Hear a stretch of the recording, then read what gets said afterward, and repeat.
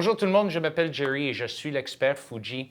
Et aujourd'hui, je suis très excité de vous présenter le tout nouvel appareil de Fujifilm, la X-T1. C'est le nouveau boîtier avec objectif interchangeable, sans miroir. Semblable, ben même avec le même capteur que la XE2, sauf la construction est un peu différente, comme vous pouvez voir ici. C'est plus en style classique SLR par rapport à Rangefinder, comme on voit avec la X Pro 1, par exemple. Donc, sans plus bref de délai, je vais aller à travers les boutons, les touches. Il y en a plusieurs, donc patientez avec moi.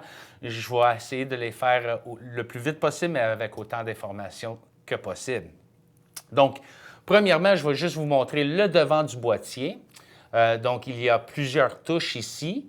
Sur le devant, ici, nous avons une touche de fonction que vous pouvez programmer.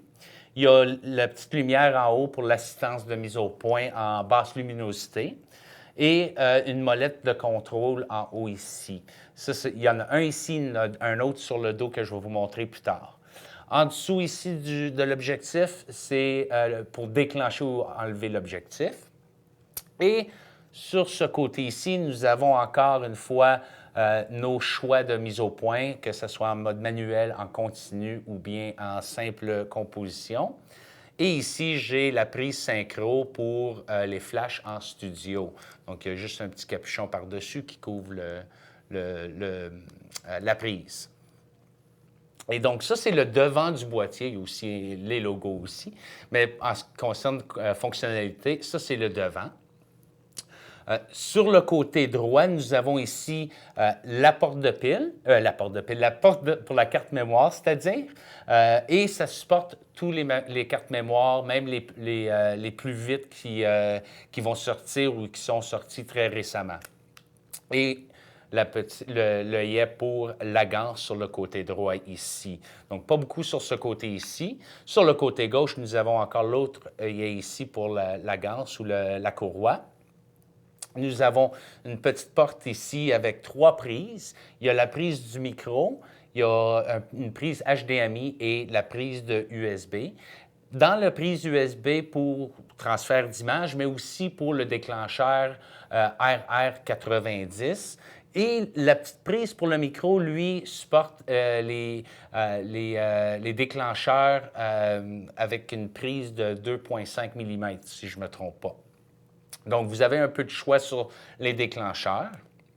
Donc, ça, c'est les côtés. Donc, maintenant, pour le dessus de l'appareil, il y a beaucoup de nouveautés ici que nous allons vous montrer. Donc, sur le côté gauche, nous avons ici accès au ISO sur la molette principale ici et tu peux le barrer. Donc, maintenant, j'essaie de faire la rotation, aucune rotation, sans peser le bouton au centre pour le débarrer et ensuite, on peut choisir.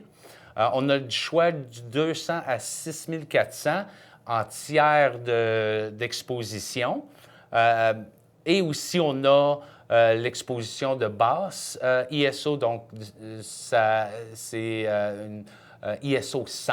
Donc, c'est équivalent à l'ISO 100. Et il y a aussi automatique aussi qu'on peut programmer le minimum et le maximum. Et le H1 et le H2, ou donc haut ISO, qui sont programmables jusqu'à, je crois, si je ne me trompe pas, dans le 12800, mais on peut choisir un peu quel ISO on veut choisir dans le haut. En dessous de la molette du ISO, nous avons ici les modes de rafale ou de bracketing ou le drive mode. Donc, ça inclut aussi l'exposition multiple, le panoramique, en continu lentement, en continu très rapide, 8 prises par seconde si je ne me trompe pas, et le bracketing aussi. Donc ça, c'est ce côté ici et la molette. Pour choisir les différents modes pour les rafales, on a tout simplement à contrôler la petite molette du devant ici sur la roue.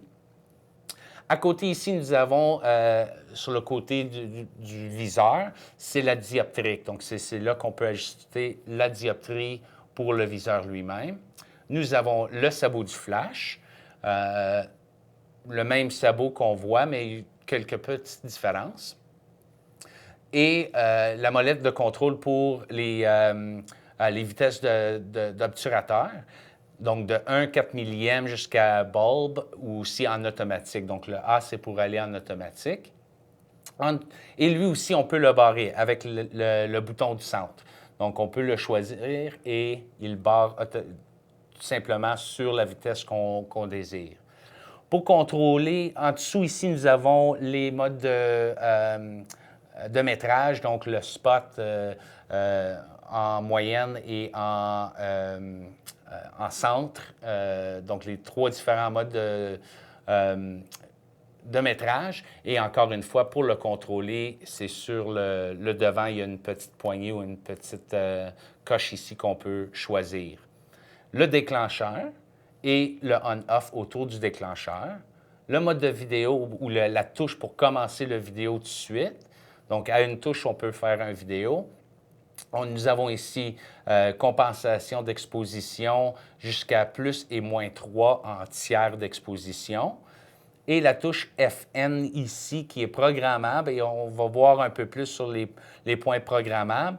Et le Wi-Fi ici. Donc, en mode de visionnement, on peut s'attacher en Wi-Fi et transférer les images.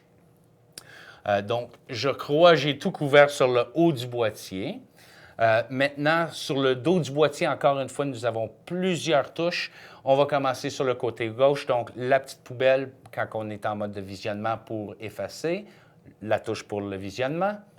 Le viseur, un viseur très, très large avec plus de 2,3 millions de pixels dans le viseur lui-même et c'est un viseur OLED. Donc, très, très net. Et vous allez voir, il est très, très rapide sur le côté de suivre le sujet. Donc, on voit presque aucune différence en réalité ou en viseur optique comparé au viseur électronique. Vous allez voir, c'est très spécial. Nous avons la touche pour l'exposition, pour barrer l'exposition ici, donc le Auto Exposure Lock. La molette de contrôle qui est le contraire de l'autre de devant. Et ces 2 molettes de contrôle vous permettent de choisir soit vos ouvertures ou bien vos vitesses d'obturateur. Si vous avez un objectif avec un anneau d'ouverture, à ce moment-là, dépendant laquelle que vous choisissez, un va choisir l'ouverture ou la vitesse d'obturateur, mais l'autre va aussi faire comme un program shift. Donc, quand on est en mode, disons, en ouverture, priorité d'ouverture ou en automatique, on veut faire un petit program shift, on peut jouer un peu avec notre exposition avec la molette.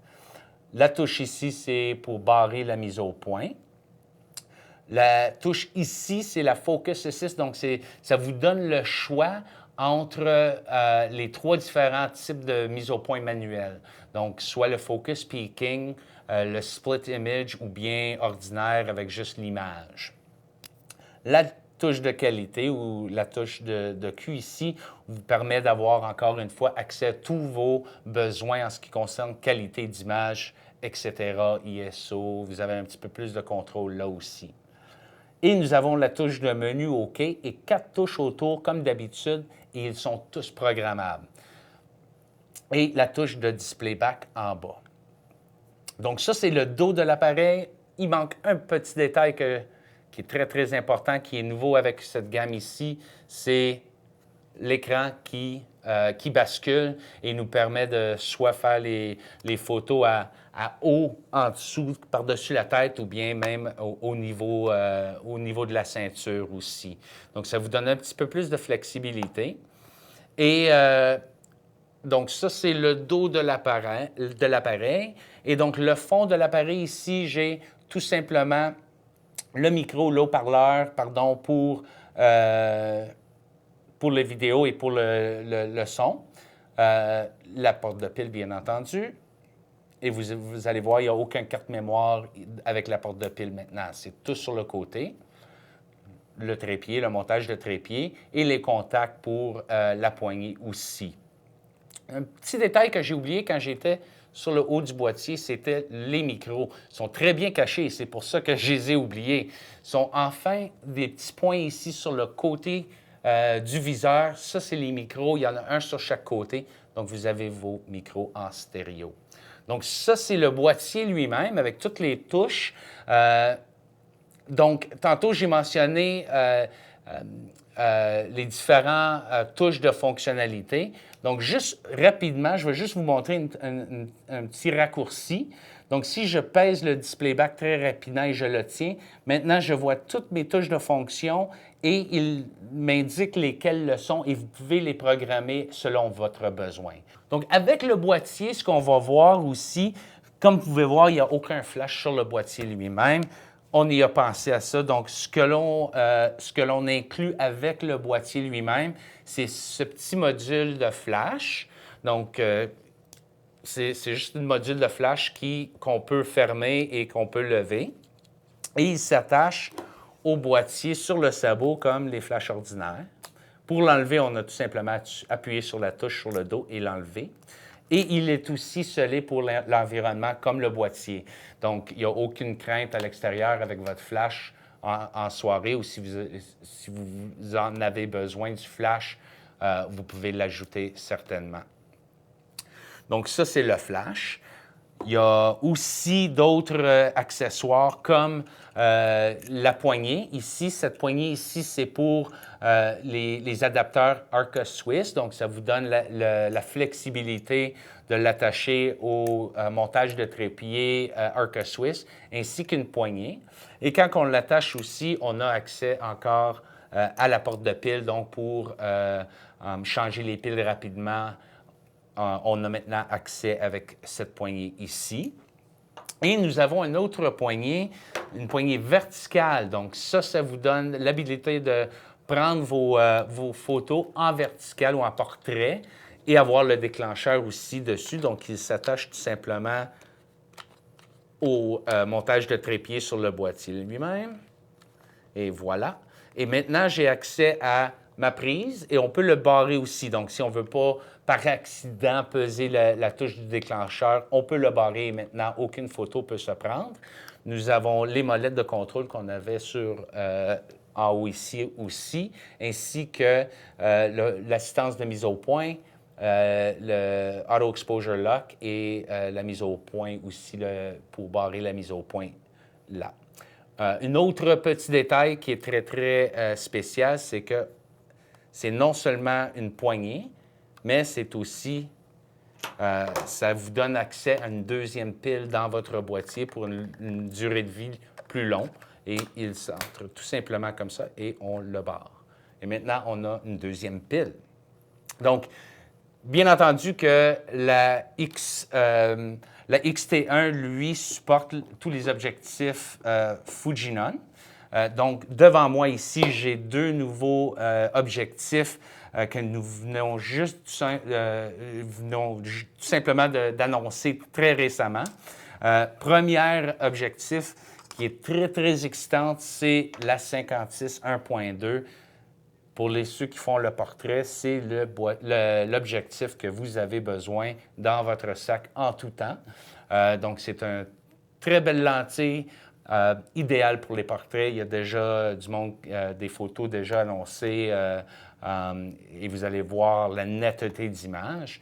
Et en même temps, nous allons introduire dans les brefs délais la 10-24 grand angle. Donc, pour ceux qui aiment voyager et aiment avoir un objectif assez compact dans leur sac, grand angle, on offre la 10-24 à f4.